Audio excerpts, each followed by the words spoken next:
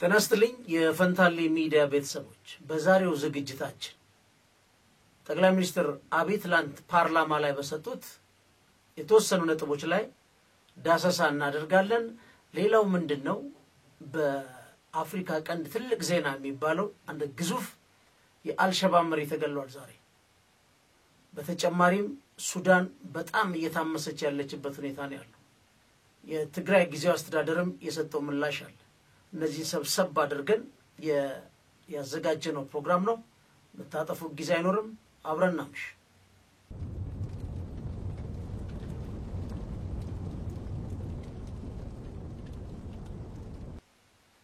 የመጀመሪያው ዜና ትንሽ ከባድ ነው። 25 ንጹሃን ሰዎች በአርሲ ዞን ተገለዋል። በዚህ ጉዳይ ላይ በንጹሃን ብቻ የሚታለፍ ሳይሆን የኦርቶዶክስ እምነት ተከታይነታቸው በስፋት እየተነገረ ነው ያለው። እንደዚህ አይነት ተመሳሳይ የሆኑ የሃይማኖት ግጭቶችን እንግዲህ ሊያስከትሉ የሚችሉ እንደምልክት የምንወስዳቸው በርካታ ክስተቶች ባልተለመዱ ሁኔታ እያየን ነው። እንግዲህ ከትናንት በስቲያ በሽርካ ወረዳ ታጣቂዎች በፈጸሙት ጥቃት 3 ሰዎች ሲገደሉ 4 ሰዎች መታገታቸውን የቤተክርስቲያኑ ምንጭ ወይም ህዝብ ግንኙነቱ ገልጿል። መምሪያው ዛሬ ጥቅምት 19 2008 ባወጣው መግለጫ የተገደሉ ሰዎች በጥቅምት ወር በተለያየ ጊዜ በአካባቢው የሚኖሩ የቤተክርስቲያኗ ተከታዮች መሆናቸውን ገልጾ ወደ 25 አካባቢ ናቸው። መግለጫው ማክሎ የቤተክርስቲያኗ መዋቅር ከሀገረ ስብከት እስከ ወረዳ እስከ አጥቢያ ቤተክርስቲያን መረጃዎች መሰብሰቡን ገልጾ በአጠቃላይ በጥቅምት ወር በሆን ቆሎ ወቤ በመርቲና በጉና ወረዳዎች ጨምሮ ከ25 ሰዎች በላይ ንጹሃን ግድያ ተፈጸመባቸዋል ይላል። ይሄ በጣም የሚያሳዝን ነው። በነገራችን ላይ የብሔሩ ጦዟል። እንደምናየው የሃይማኖቱ የሚከተለን ከሆነ ደግሞ አደጋው ከባድ ነው። እንደዚህ አይነት በርካታ ወጣ ገባ የሚሉ በርካታ ምልክቶች አሉ። ግን ተገቢውን ክትትል የሚፈልጉ ይመስለኛል። እንግዲህ ማንነታቸው ያልታወቁ ታጣቂዎች ነው የሚለው ጥቅምት ሰኞ 17 ቀን 2018 ዓመተ ምህረት ከምሽቱ 4 ሰዓት አካባቢ በፈጸሙት ሃይማኖት ተኮር ጥቃት ነው የሚለው 3 ሰላማዊ ሰዎች ሲገደሉ ሌሎች 4 ሰዎች ደግሞ ታግተዋል ነው። በአጠቃላይ ዜናው ጭብጥ ንጹሃን ናቸው። የኦርቶዶክስ እምነት ተከታይ መሆናቸውን ብዙ ማስረጃዎች ሰብስበናል ይላል። ከምሽቱ 4 ሰዓት አድፍጠው ነው። ይሄ ምንድነው? አሁን በቃ ክሊር የሆነ ኦፕሬሽን ነው። አንድ ነገር ኦፕሬሽን ሲካሄድ ደግሞ ዓላማ አለው። በተመረጠ ቦታ አጥቅቶ መሄድ ነው። ተራ ግጭት አይደለም። የተጠና በመሆኑ ከፍተኛ ክትትል የሚፈልግ ጉዳይ ነው። ሌላው እዚህ ጋር ምንድነው? የኢትዮጵያ መከላከያ ሰራዊት በበኩሉም ጥቅምት 19 2018 በይፋ የፌስቡክ ገጽ ላይ የራሱ ኦፊሻል ገጽ ላይ በምስራቅ አርሲ ዞን ሲሮቾ እና ሸርካ ወረዳዎች ማህበረሰቡን ለመዝረፍ ለማሸበር አልሞ የሚንቀሳቀስ ሸኔ ተደምስሷል ይላል። ከዚህ ጋር ቀጥታ ግንኙነታቸው ይኑራቸው አይኑራቸው የሚታወቅ ነገር የለም ወይም የተገለጸ ነገር የለም። ይሄ ፖለቲካል መደምሰሱን ነው የሀገር መከላከያ ሰራዊት በራሱ ድረገጽ ያስነበበው።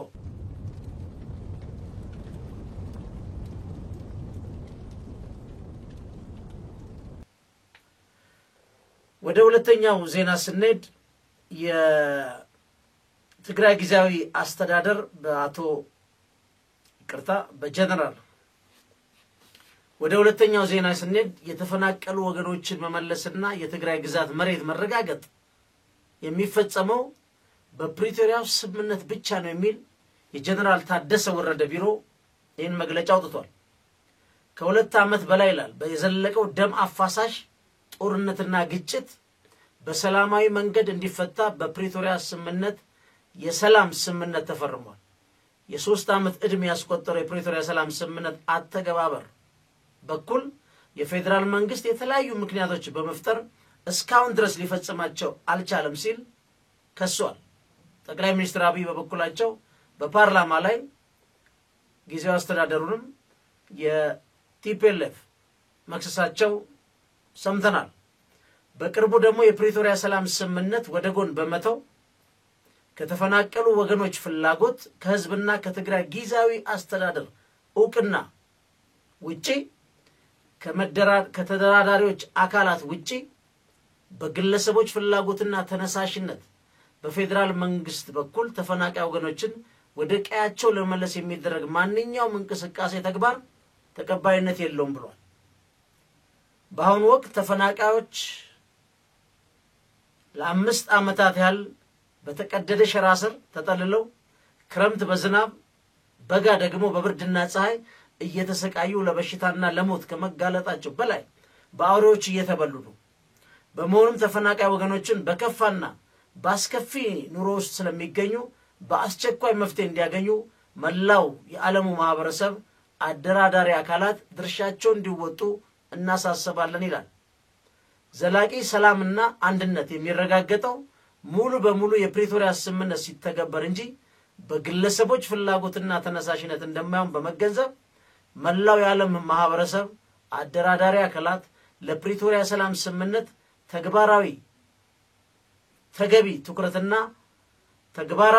ተገቢ ትኩረት በመስጠት ተፈናቃይ ወገኖች በደህንነት ወደ ቀያቸው እንዲመለሱና የትግራይ ግዛት መሬት እንዲረጋገጥ ተገቢውን ትኩረት በመስጠት የተፈናቃዮች የስደተኞች እንዲሁም ወራሪ ኃይሎች ስር የሚገኙ የትግራይ ወገኖች ጥያቄና ደህንነት የሚያረጋግጥ በፕሪቶሪያ ስምምነት ብቻ መሆኑን ተገንዝበው ተግባራዊ እንዲሆን ስቴክሆልደርስ ባለድርሻ አካላት ጥያቄ አቅርበዋል። ይሄን በኋላ እንመጣበታለን። ከዚህ ጋር በተያያዘ በጣም አስደንጋጭ ሪፖርት ወጥቷል። በትግራይ ጦርነት በማህበራዊ አገልግሎት ብቻ ከ10.8 ቢሊዮን የአሜሪካ ዶላር ወድሟል ይላል። ይሄ እንግዲህ የትግራይ ዘር ማጥፋት ጥናት ኮሚሽን ያወጣው ነው። ኮሚሽነሩ ረዳት እንግዲህ የማነ ዘራይ እንዳሉት ረዳት ፕሮፌሰር ይመስለኛል በመቀሌ ዩኒቨርሲቲ ኮሚሽኑ ይህንን የተናገረው በጤና ትምህርት በሃይማኖት ተቋማት በቅርስ እንዲሁም በማህበራዊ ተቋማት የሚባሉ ማህበራት የቁጠባ ብድር ተቋማት ወዘተ ጨምሮ በማህበራዊ አገልግሎት ዘርፎች ያለው ውድመትና ጥናት ውጤት ይፋ ባደረገበት ነው። መግለጫውን የሰጡት የኮሚሽኑ ኮሚሽነር ረዳት ፕሮፌሰር የማነ ዘራይ እንዳሉት እነሆ በዚህ 3 ዓመት ውስጥ የተጠናው ጉዳት ይፋ ያደረግን ነው። ኮሚሽነር የማነ እንደሚለው ጥናቱ 659675 ቤተሰቦችን 4960 ተቋማትን ሆስፒታሎችን የመንግስትና የግል ትምህርት ቤቶችን እና ሌሎችንም ያካተተም። ኮሚሽነሩ እንዳሉት ጥናቱ የተካሄደው የትግራይ ጊዜያዊ አስተዳደር በሚቆጣጠራቸው አካባቢዎች ብቻ እንደሆነ ገልጾ ከምዕራብ ትግራይ ዞን ተፈናቅለው የመጡትን በተወሰኑ ደረጃ አካተናል ነው የሚለው። ይሄ ቅጽ 1 የተሰኘው የጥናት ውጤት አጠቃላይ 10.86 ቢሊዮን የአሜሪካ ዶላር ውድመትና ኪሳራ መድረሱን ይፋ አድርገዋል። የትግራይ ማህበራዊ አገልግሎት ዘርፍ ውድመት ውስጥ በዋናነት የተሳተፉት አካላት የኤርትራ ሰራዊት፣ የኢትዮጵያ ሰራዊት፣ የፋኖ ታጣቂዎች፣ የአማራና የአፋር ልዩ ኃይሎች እያንዳንዳቸው የራሳቸውን የሚመጥን ድርሻ እንዳላቸው አስምረውበታል። በደረሰው ውድመት ምክንያት የጤና የትምህርትና ሌሎች ማህበራዊ አገልግሎቶች ወደ ኋላ በመመለሳቸው ህዝቡ ለሞት፣ ለበሽታ፣ ለድንቁርና እንዲጋለጥ አስገድዶታል። ኮሚሽነር የማነ አክለውም በንብረቱ ላይ ከደረሰው ውድመት በተጨማሪ የትግራይ የስነ ልቦናና የሃይማኖት ክብሮችን የሚነኩ ተግባራት እንደተፈጸሙ በእቅድ ባይዲዛይን መፈጸሙን አስታውቀዋል። ኮሚሽኑ እንዳለው ዛሬ ይፋ የተደረገ የማህበራዊ ዘርፍ ውድመት የጥናት ውጤት ቅጽ 1 ነው፣ ይቀጥላል ማለት ነው። በቀጣይ ካልተዳሰሱ አካባቢዎች የሚገኙ የጥናት ውጤቶች በተከታታይ ይፋ ይደረጋሉ ብሏል። ኮሚሽነሩ በመጨረሻም የተመዘገበው የውድመት መጠን በገንዘብ ሲተመን ከዓመታዊ አገር አቀፍ በጀት በላይ ሆኖ ይሰማል። ሆኖም ግን በትግራይ የተካሄደው ውድመት ኪሳራ ለዓመታት በተገነባና በተጠራቀመ ሀብት ላይ መሆኑን ግንዛቤ እንዲወሰድ ብለዋል። ኮሚሽኑ በጥናቱ ከተገኘው ውጤት በላይ ውድመት በትግራይ እንደተፈጸመ መታወቅ አለበት ያለው ሲሆን ቀጣይ የጥናት ውጤቶችን እናሳውቃለን ብሏል። የሁሉም ሰው እንደሚያውቀው በሚገባው መልኩ የትግራይ መሰረተ ልማት መተናል ተብሎ አንድ ከፍተኛ ወታደራዊ ሹም በአደባባይ ሲናገር አዳምጠናል።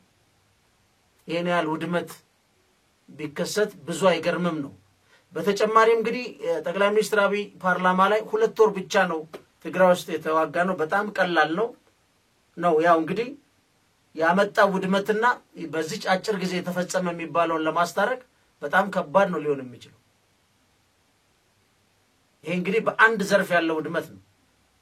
አህመድ ሺዴ ከወርልድ ባንክ ጋር ተደርጓል ያለው ጥናት ላይ አንድ ጊዜ 21 ቢሊዮን የአሜሪካ ዶላር ሌላ ጊዜ 26 ቢሊዮን የአሜሪካ ዶላር ውድመት ትግራይ ውስጥ መፈጸሙን የወጣ ሪፖርት እናስታውሳለን። ስለዚህ ጦርነት ይቁም በማንኛውም ዋጋ በአራቱም አቅጣጫ የምንለው መጨረሻ ላይ የማንገነባትን ኢቭን በረጅም የሪኮንስትራክሽን ፕላን ወደ ቀድማ ወይም እኔ አሁን እያወራው ባለውበት ደረጃ ልንመልሳት የማንችላት ኢትዮጵያ ልትገጥመን ትችላለች። በዚህ መልኩ ከነዳ ነው በዚህ መልኩ ከሄድም ማለት ነው። ቻናላችን ላይክ ሰብስክራይብ ማድረጋችሁን አዘንጉ። ፈንታሎች ነን።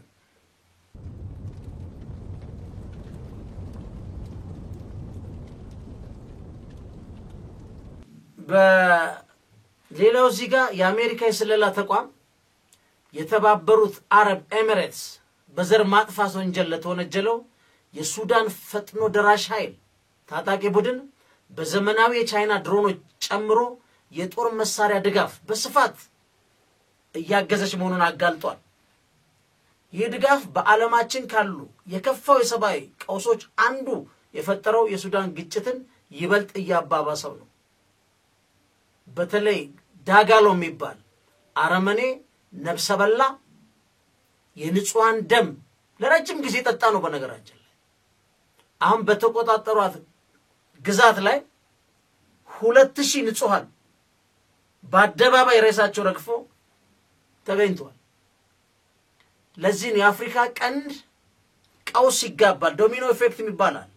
በተለይ ቀውስ ላይ ፈጣን ነው፣ ማንንም አይዳኝም። ለዛ ነው በአንድ አካባቢ ላይ ሲፈጠር በአፍሪካ ቀንድ ውስጥ ሲፈጠር በፍጥነት የዓለም አቀፍ ፍርድ ቤት ችሎት ውሳኔ ቢሰጥ ሌላው መንግስታት ምን ይሆናል?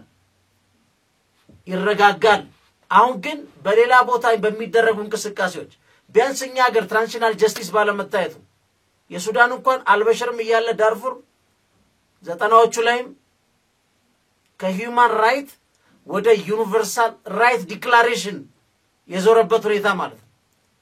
አንድ ሀገር ሉዓላዊ መንግስት ነኝ ብሎ በሩን ዘግቶ ንጹሃንን መደብደብ መግደል አይችልም ወደሚል ዓለም አስተሳሰቡን የቀየረበት አንዱ የአልበሽር የዳርፉር ጭፍጨፋ ነበር።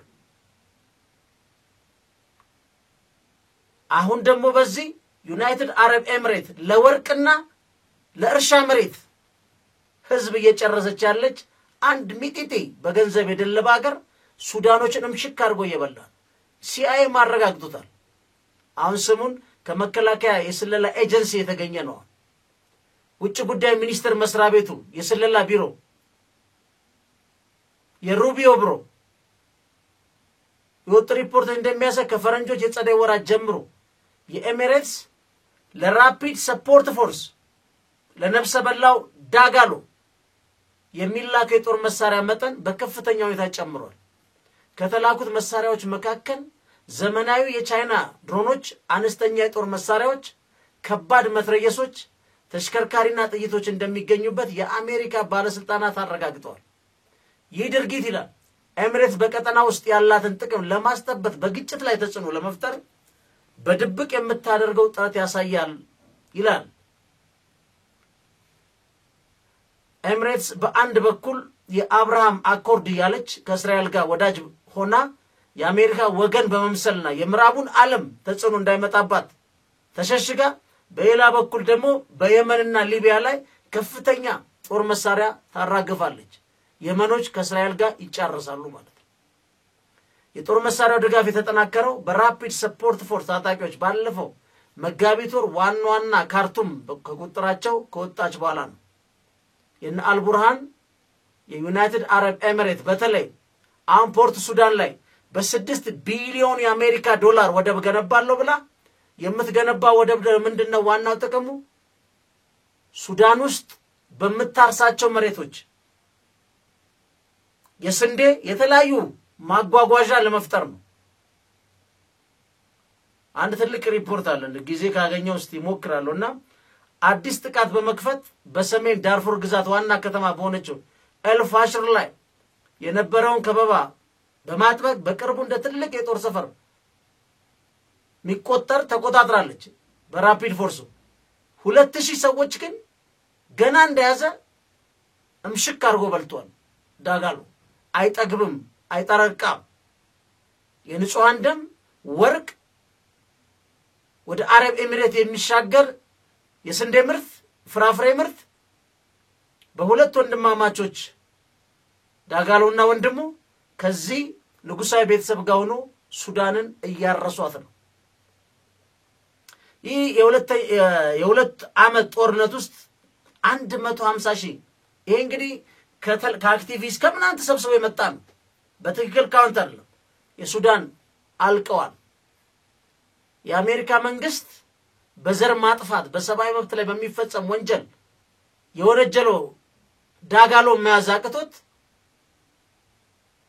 የሱዳንስ መከራውን እየከፈረ በጣም በሚያሳዝን ነው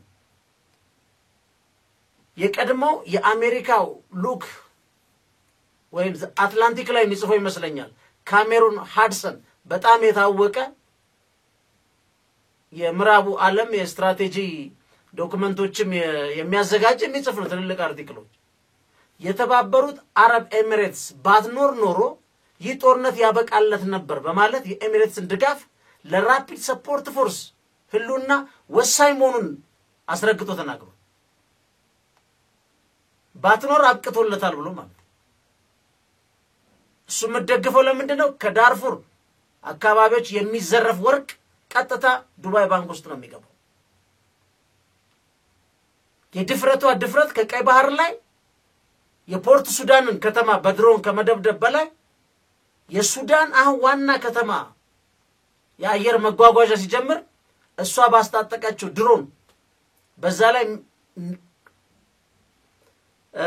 ቅጥር ነፍሰ ገዳይ ከላቲን አሜሪካ ያመጣች የሱዳንን ህዝብ እየጨፈጨፈ ያለ ንጉሳዊ ቤተሰብ ይህ እንግዲህ አልቡርሃን በግብጽም እነ ኢራንም እና አሜሪካም ሳውዲ አረቢያም ከጎኑ ናቸው ይባላል ኦፊሻሊም ትራንዚሽናል በሆነው ጉዳይ ያው የአርሚውን ይመራል ሁለቱም ከአልበሽር ስር የነበሩ ናቸው አልበሽርን ከ2010 እስከ 2019 አካባቢ አንድም ነገር ኢኮኖሚ እንዳይደርሰው አድርገው መፈንቅለ መንግስት በማድረግ እነዚህ ሁለት ጀነራሎች ነው የመጡት ለዳርፉር ጥቃት ዳጋሎን ሲያሰለጥን የነበረው አልቡርሃን ነው የሁለቱ ጌታ አልበሽር ነበረ የዳርፉር ህዝብ አልቋል እምሽክ ብሎ አሁንም እያለቀ ነው ዋናው ደግሞ የደም ወርቅ ምትመጣው ዩናይትድ አረብ ኤሚሬት ነውና በሚያሳዝን ሁኔታ በዚህ መልኩ ያሉ ሁኔታዎች አሉ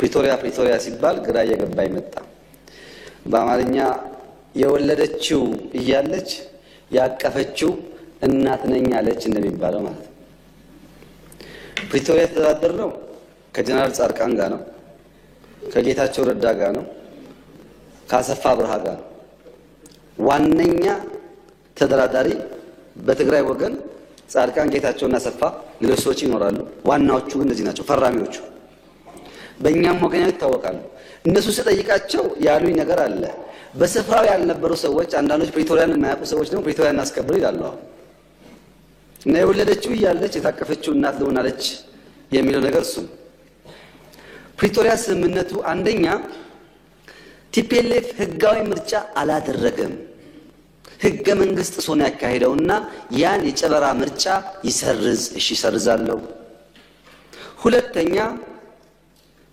በዚያ ምርጫ ሲያበያ የተቋቋመው መንግስት ይፍረስ፣ ህጋዊ መንግስት አይደለም። ምክር ቤቱ ይበተን፣ ህጋዊ ምክር ቤት አይደለም። ሶስተኛ ከሁሉ የተውጣጣ መንግስት ይመረጥ፣ ትራንዚሽናል ገቨርንመንት ይቋቋም።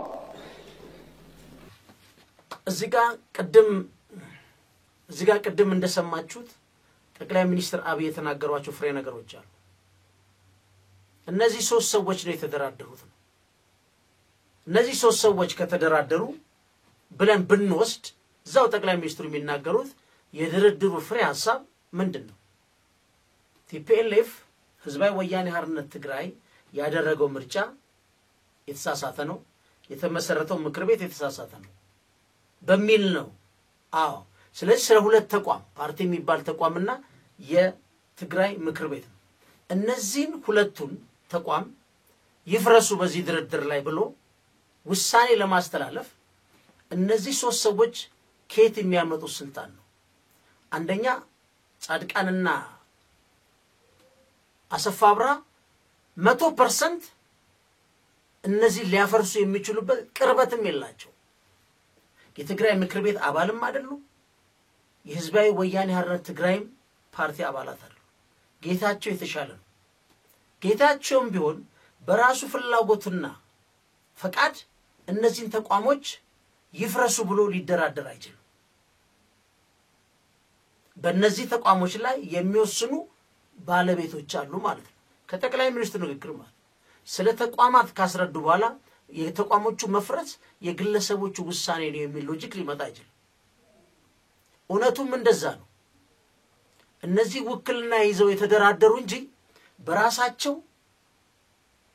በግለሰብ ደረጃ ተደራዳሪ ሆኖ የቀረቡበት መንገድ የለም። የሀገሪቷ ጠቅላይ ሚኒስትር እንደመሆናቸው ጠቅላይ ሚኒስትር አብይ የኛንም ሐሳብ ሊቀበሉት ቢጋሩት ቢከልሱትና ቢያዩት የተሻለ አገር ይኖረናል። ጋዜጠኝነት እንደዛ ነው። እንዳልሰማል እናልፈው አንችልም። የሶስቱ ስም በየትኛው መልኩ በውክልና የተቀመጡ እንጂ ራሳቸው ተደራዳሪ ሊሆኑበት የሚችሉበት የለም። ወይም ትሪቲ አብዳክሽን ነው መሰለኝ ኢንተርናሽናል ሎ ካልሆነ በስተቀር ማለት ይህ ደግሞ ከባድ ውጤቱም አንዱ ሊያስፈራ የሚችለው ለምሳሌ ሶስቱ ነው ከተባለ ባለቤት የለም ከነሱ ጋር የተደራደርኩ ከተባለ ዶክመንቱ ላይ ያለው ተደራድር ያለው ኃይል ኦኬ ስለዚህ የፕሪቶሪያ ስምምነት በአደባባይ ተሽሯል፣ ለሶስት ግለሰቦች ተሰጥቷል። ይሄን ፖለቲካሊ ስንመነዝረው ዲክላሬሽን ኦፍ ዋር ነው የሚል ትርጓሜውስ ቢገቡና ያልተጠበቀ ሂደት ቢመጣ እንዴት ነው የሚሆነው? ምክንያቱም አንዳንድ ኢንተርፕሪቴሽኖች በተቀናቃኝ ወገኖችስ እንዴት ይታያል? ያቀም ጉዳይ እንደተጠበቀው ነው። ጦርነቱ ሲነሳ ማን ያሸንፋል? እሱን እኔ ነብይ አይደለሁ።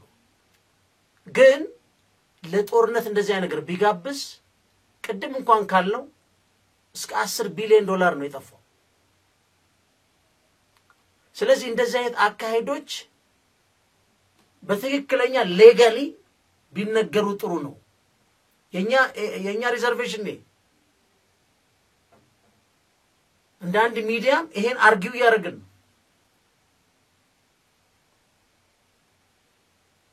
ምክንያቱም ከባድ ነው። እቺ ሀገር ካሁን በኋላ ግዙፍ ጦርነት ፎርሹር አትችልም። ባጭር ሊጠናቀቅ የሚችል አንዳንዴ እኔ በተደጋጋሚ ይላሉ ተመሳሳይ በትግራይ ጉዳይ ላይ ጠቅላይ ሚኒስትሩ ዙሪያ ላይ ተመሳሳይ አድቫይዘር የሚመስሉ ግን በቀጥታም በተዘዋዋሪ የራሳቸው ፖለቲካል ፍላጎት ያላቸውን ሰዎች ብቻ መስማት ጥሩ አይደለም። ግሬውን መፈለግ ጥሩ ነው።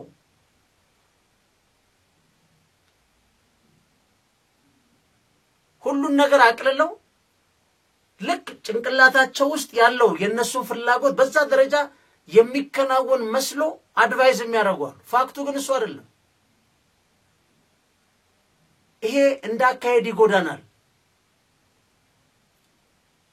እነዚህ ሶስት ሰዎች በየትኛውም የህግ ስታንዳርድ ፓርቲውን ምን ክልሉን ወክለው በግለሰብ ነው የተደራደሩት አሁን ወልቃይት ጋይዶ ለምሳሌ ጌታቸው ሲናገር ሰምተናል በቃ ጌታቸው ከፓርቲው መዋቅር ከወጣ በኋላ አንድ ከፈረመበት ሞቷል ፈርሷል ብሏል ስለዚህ ልክ እንደ ድሮ የቅንጅት ወራሽ ነኝ የሚል ብርቱካንና ማናቸው ሲጫወቱ የነበሩት የቅንጅት ወራሽ ነን የሚል አንድ ሰሞን አሪፍ የአዲስ አበባ የፖለቲካ ዘፈን ነበር የህወሓት ወራሽ ነኝ የሚል እንግዲህ ባለቤቱ ህወሓት ነን የሚለው አካል በፓርቲም ደረጃ ኢቭን በጊዜው አስተዳደር ውስጥ የራሱን ወኪል ይዞ ተቀምጧል ሂደቱን ያላለቁ ብዙ ፌዞች አሉ መሞቱን አረጋግጠን ማለት ፖለቲካሊ ሞት ምን ማለት ነው በህግ የሚሰጥ ዕውቅናና ህዝብ ፊት መሞት በጣም የተለያየ ነው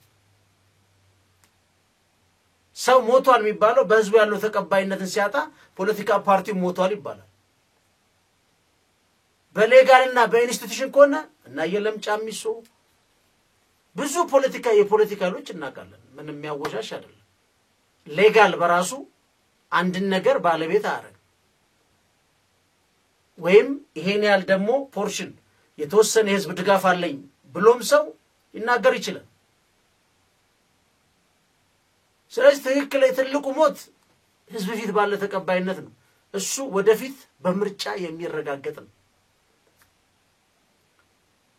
ከዛ ውጪ ግን በጣም ከባድ ነው ይሄን ለማሳሰብ እኔ እንደውም አልገባኝም ግን ድንገት በተሳሳተ ኢንተርፕሪቴሽን ቢመጣስ ሁሉ ጊዜ ከዚህ ስለማልደጋግመው ሁሉ ጊዜ ነው የማየው በዋር ኦፍ ቾይስ እና በዋር ኦፍ ኔሴሲቲ መካከል ከነዚህ ውስጥ የሴኩሪቲ ዳይላማ ዋናው ገዢው ነው ሴኩሪቲ ዳይላማ ባለበት የደህንነት መዋለሎች ባሉበት ሰዎች ቀድሞ አንድ እርምጃ የሚወስድ ይኖራል ያለ ነው አለዚያ ደግሞ ምንድነው ዘጭ ባለ መሬት በነከሰ ድርድርና የፖለቲካ ሰጥቶ መቀበል መረጋጋት እስካልተፈጠረ ድረስ የሴኩሪቲ ዳይላማ በጣም ከባድ ነው ይሄን ደጋግመን ተናግረናል ስለዚህ አሁንም የድርድር ጉዳዩን ማስፋት ታደሰ ወረደ ያወጡት መግለጫ አሁን በጊዜው አስተዳደሩ እንደ ፈንታሌ ሚዲያ 100% ልክ ነው ብለን ነው የምንወስደውኛ በተቋም ደረጃ በጊዜው አስተዳደር በግለሰቦች ኢኒሺዬቲቭ በፍጹም ሊሆን የሚችላል ከዛ ውጪ ያለው ግለሰቦቹን እንደይመስለኝ ሱብቻ አይደለም በ93ም ከመለስ ጋር ልዩነት ያላቸው ያ ብሩክ በኤንቢሲ ስም ቁጭ ብሎ እየጠራው ገብሩን ማምጣቶታል ስለወደመው ገብሩ አወራም የስብሃት ዳይናስቲ ነው ይላል በ90 ምናምን አመታቸው ዳያሊስ ውስጥ ያሉትን ሽማግሌ አሁንም ይጠራል ገብሩ ብሩክም ከዚህ በፊት ስብሃት ነጋን አንዴ ቢጨብጡ ሳምንት የማይታጠብ ልጅ እንደ አዲስ እንዳልነበረበት አድርጎ ሲያወራ ምናምን ይስቃሉ ባለፈው ጀነራል ጻድቃን ዘኒው ክላስ የሚሉት በጣም ምናምን አለ ብሩክ ራሱ ፋናውስ ዘኒው ክላስ ነበር ኤኮኛ ሳንሞት ብናቀው ግን እኔ ድራማ ይሁን ምን እየተካሄደ እንደሆነ አላውቅም ሶሪ ቱ ሴይ አቶ ገብሩ ምን ይመስሎታል እኔ አሁን ብሩክ እንዲዘጭ ብሎ ሳይው በጣም ያዝናናኛል ብሩክ እንዲነበራ ሚልኮ ያኔ ወጣት ጋዜጠኞች እንትና ጋይድ ይልና ብራውን ነጋ ዋናው አሸባሪ ነው በዜና እንግዲህ ሲሰራ ነበር ፋና እኔ ጠቅላይ ሚኒስትር አብይ እስቲ ሌላ በሌላ አማካሪና በሌላ ዳይሜንሽን የትግራይን ፖለቲካ ነው በሌላ አፕሮች ቢያውት ደስ ይለኛል የኔ ስጋት በዚህ ጭቅጭቅ ውስጥ የኢሳያስ አገዛዝ ደግሞ አዲስ ኃይል ሆኖ እንዳይወጣ የኔ ስጋት ምክንያቱም ብልጽግናን ጠልፎታል ስንጮ ነበር ብራውን ነጋና አንዳርጋቸው ይባሉ ተሸክመው ገብቶ ኢሳያስ ጠልፎት ነበር ፋይናሊ አየነው ዛሬ አንዳርጋቸው ደግሞ ተመልሶ ጠቅላይ ሚኒስትሩ ይሰድባል እኔ ነኝ ሮድ ማፕ የሰጠሁት ሲል ነበር ዘይ አሁን አንዳርጋቸው እኔ ሲናገር ሰማይ ያዝናናኛል እኔ ነገር ህልም ነው ማለት ቆም እዚሁ ቁጭ ብለን ስንት ሲል ነበር ዘይ ማለት እና ጠቅላይ ሚኒስትር አብይ እስቲ በሌላ አፕሮች በሌላ አማካሪዎች በአንድም በሌላ በኩል ከትግራይ ጥቅም ጋር ያልተገናኙ እስቲ ኢንዲፔንደንት እነ ተቀዳለሙ ይሉ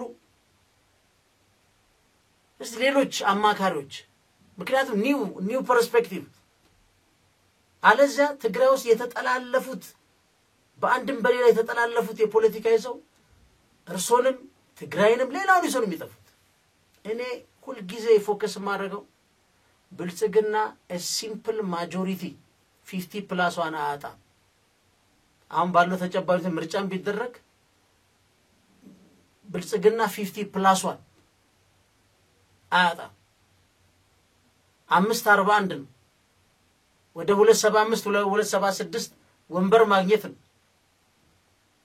የኦሮሚያ ብቻ እኮ 170 ምናምን 77 እና 172 አካባቢ ነው እዛች ላይ ሆነች ነገር ተደራድሮ እኮ መጨመር ነው ምንም አይነት ጦርነት ይህን ስልጣን ለማስቀጠል የሚያመጣ አደገኛ ነገር የለም ግን መፈራው በራሳቸው ፍላጎት ያበዱ በአንድም በሌላ መልኩ ከፖለቲካ የተነጠለው ኃይል ጊዜው ዛሬ ነው ብሎ የተወሰኑ ሰዎች ላይ ፎከስ አድርጎ ትግራይ ላይ ምንም ነገር እንዲዘምብ እየጎተጎተ ያለው ኃይል ትግራይንም ፌደራል መንግስትንም አላስፈላጊ ሊያስከፍል ይችላል ብዬ አምናለሁ እስቲል ግን ከዚህ ደጋግሜያለሁ የድርድር እድሉ የመነጋገር እድሉ ሰፊ ነው እና እኔ አሁንም ጥሪ ማቀርበው ከዚህ ፖለቲካ ሰርክልስ ውጪ የሆኑ ኢንዲፔንደንት የሆኑ በኒው ፐርስፔክቲቭ በጠቅላይ ሚኒስትሩና በትግራይ ያለውን ልዩነቶች ማየት የሚችሉ አማካሪዎች እድል ቢሰጣቸው ከስቴክ ሆልደር ውጪ ማለት ነው እንጂ በእልህ በመናምን ጥርሳቸውን ያፋጩ ከንፈራቸውን እየነከሱ ቃልን ምልልስ የሚሰጡ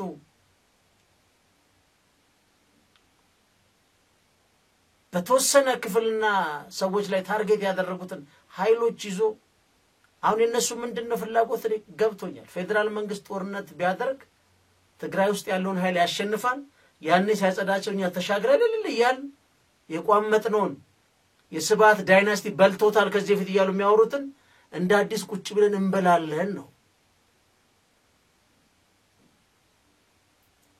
ሽፋናቸው ምንድነው ወጣቱ